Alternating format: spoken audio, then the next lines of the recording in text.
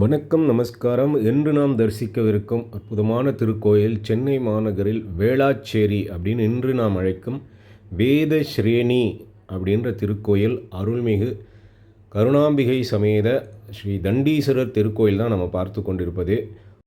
அதி அற்புதமான திருக்கோயில், யுகங்களை தாண்டி இருக்கும் ஒரு திருக்கோயில். சிறப்பாக கொஞ்ச நாள் முன்னாடி கொடிமரம்லாம் பண்ணியிருக்கிறாங்க. இந்த புராணம் என்ன அப்படின்னு பார்த்தோம் அப்படின்னா, தண்டீஸ்வரர் அப்படின்னு என்ன காரணம்னா, தண்டத்தை யமன் இங்கே நீராடி யம தீர்த்தம் பண்ணி சிவனை வழிபட்டு தனது தண்டத்தை தனது பணியை மீண்டும் எடுத்துக்கொண்டார். அதுதான் இந்த கோயிலுடைய அந்த தண்டீஸ்வரர் பேர் காரணம். இப்போது வேத ஸ்ரேணி அப்படின்னு சொன்னேன், வேளாச்சேரி அப்படின்னு வேத ஸ்ரேணி என்ன காரணம்னா, 4 வேதங்களும் இறைவனிடம் இங்கு வழிபட்டு அந்த வேதத்தை மீண்டும் எடுத்தாங்க அப்படின்றதுனால இந்த ஊருக்கு பேர் வேத ஸ்ரேணி. வேத ஸ்ரேணி தான் வேளாச்சேரி அப்படின்னு மாறிடுச்சு. இந்த விஷயம் நிறைய பேருக்கு இப்போ தெரிஞ்சிருக்கும். ஸோ இப்போ இந்த கோயிலில் இருக்கிற 63 நாயன்மார்களை நம்ம பார்த்து கொண்டு இருக்கோம். தமிழ்நாட்டில் இருக்கிற பல சிவன் கோயில்களில் 63 நாயன்மார்கள் ரொம்ப முக்கியமானவங்க. ஏன்னா நம்ம சனாதனம்ன்றது ஜாதியோ ஒரு விஷயமாகவே பார்க்குறது. ஜாதின்றது ஒவ்வொருத்தருக்கும் ஒரு வேலை, அவ்வளோதான். அந்த வேலையை வச்சே அவங்க எல்லாருமே இறைநிலை அடையலாம், சிவத்தொண்டு செய்து சிவன் நிலை அடையலாம் அப்படின்றதான் 63 நாயன்மார்களும் ஜாதி தர்மமும் நமக்கு கற்றுக் கொடுக்குது. ஏன்னா எல்லா ஜாதிக்காரும் பன்றி இறைச்சி சாப்பிட்டவங்களாம் இருக்கிறாங்க. கண்ணப்ப நாயனார். இப்போ நாம் பார்க்குறது கோயில் பிரகாரத்தில் வரும்போது இருக்கிற ஸ்தல விருட்சம் வில்வ மரம். காசி விஸ்வநாதர் அவங்கெல்லாம் இருக்கிறாங்க இந்த கோயிலில். அதி அற்புதமான ஒரு கோயில். சுற்றி வரும்போதெல்லாம் பார்க்குறப்போ நந்தவனத்தை சூப்பராக மெயின்டைன் பண்ணிகிட்டு இருக்கிறாங்க. அற்புதமாக பணியாளர்களும் சரி, பக்தர்களும் சரி, உழவாரம் செய்கிறவங்களும் சரி, இந்த கோயிலை அதி அற்புதமாக மெயின்டைன் பண்ணிகிட்ருக்காங்க. இப்போ நம்ம பார்க்குறது கோவிலில் இருக்கிற வாகனங்கள் அப்படின்னாலே பல பேருக்கு வேலை உண்டு. அதை எப்போதுமே நான் சொல்லுவது எனது பதிவில். ஏன்னா இந்து மதத்தையும் சனாதனத்தையும் ஜாதி வெறி பிடிச்சவங்க அப்படின்னுலாம் அந்நியர்கள் இந்த ஜாதியை ஒரு கொடுமை பண்ணுற மாதிரி காமிச்சிருக்கிறாங்க. அப்படியெல்லாம் கிடையாது. பலருக்கு வேலை கொடுக்குது இந்த ஜாதி. இந்த வாகனம் பண்ணுறாங்க இல்லையா, இந்த பெயிண்டிங் பண்ணுறாங்க இல்லையா, சிற்பங்கள் சிலைகள் பண்ணுறாங்க இல்லையா, ஓவியம் பண்ணுறாங்க இல்லையா, இத்தனை பேருக்கு வேலை கொடுத்துக்கிட்டு இருக்கிறாங்க. இன்னும் நிறைய பேருக்கு வேலை கொடுத்துக்கிட்டு இருக்கிறாங்க. இந்த மரக்கன்றுகள் வைத்து இந்த நந்தவனத்தை மெயின்டைன் பண்ணி இதெல்லாம் யார் பண்ணுறது? யாரோ ஒருத்தங்க பண்ணி தானே. அது தான் பரம்பரையாக வச்சாங்க நம்ம ஆளுங்க. எல்லாமே இறை தொண்டாக வச்சாங்க. அதனால அதுதான் 63 நாயன்மார்கள் நம்ம பார்க்குறது. ஸோ இப்போது அற்புதமான இந்த சிலை என்னன்னு எனக்கு ஆக்சுவலி தெரியல. சுற்றி வரும்போது அங்கே ஒரு சிலை இருக்குது. அப்புறம் இந்த கோயிலில் நீண்ட பிரகாரத்தில் நிறைய புறாக்கள் வீடு கட்டி இருக்கிறது ரொம்ப சிறப்பாக இருந்தது.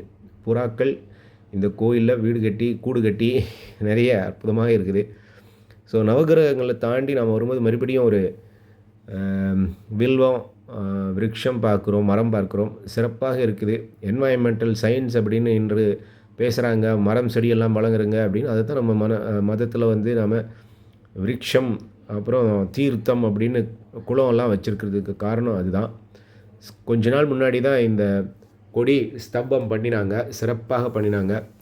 இந்த இடத்துல இருக்கிற இந்த நாகலிங்க மரம், இந்த இடமே ஒரு 6-7 மாதத்துக்கு முன்னாடி வித்தியாசமாக இருந்தது.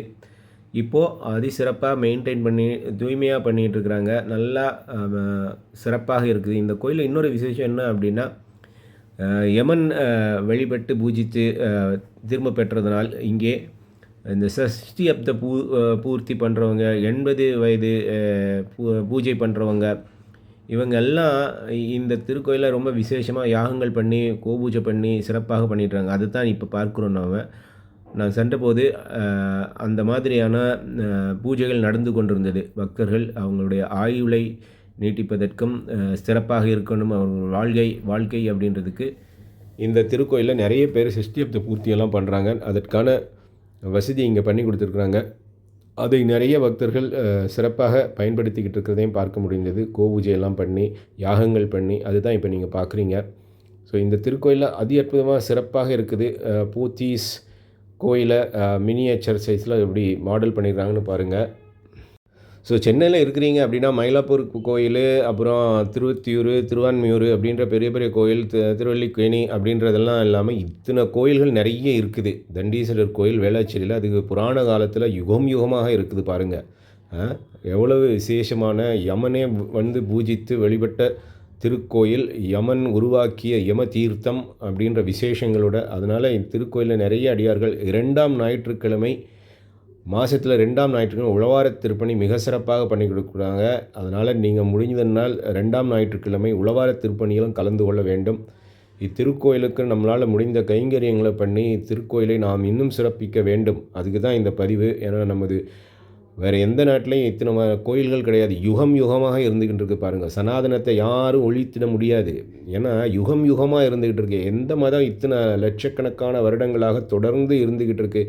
வேதம் வந்து வழிபடுகிறாங்க, யமன் வந்து வழிபடுறாங்க இந்த திருக்கோயிலில். இதெல்லாம் கல்வெட்டுகள் எல்லாம் ஆதாரமாக மன்னர்கள் எல்லாம் என்னென்னமோலாம் பண்ணியிருக்கிறாங்க நமது முன்னோர்களும் மன்னர்களும். அதை நாமும் தொடர்ந்து செய்ய வேண்டும். இதுதான் நமது பணி. ஓம் நம சிவாய.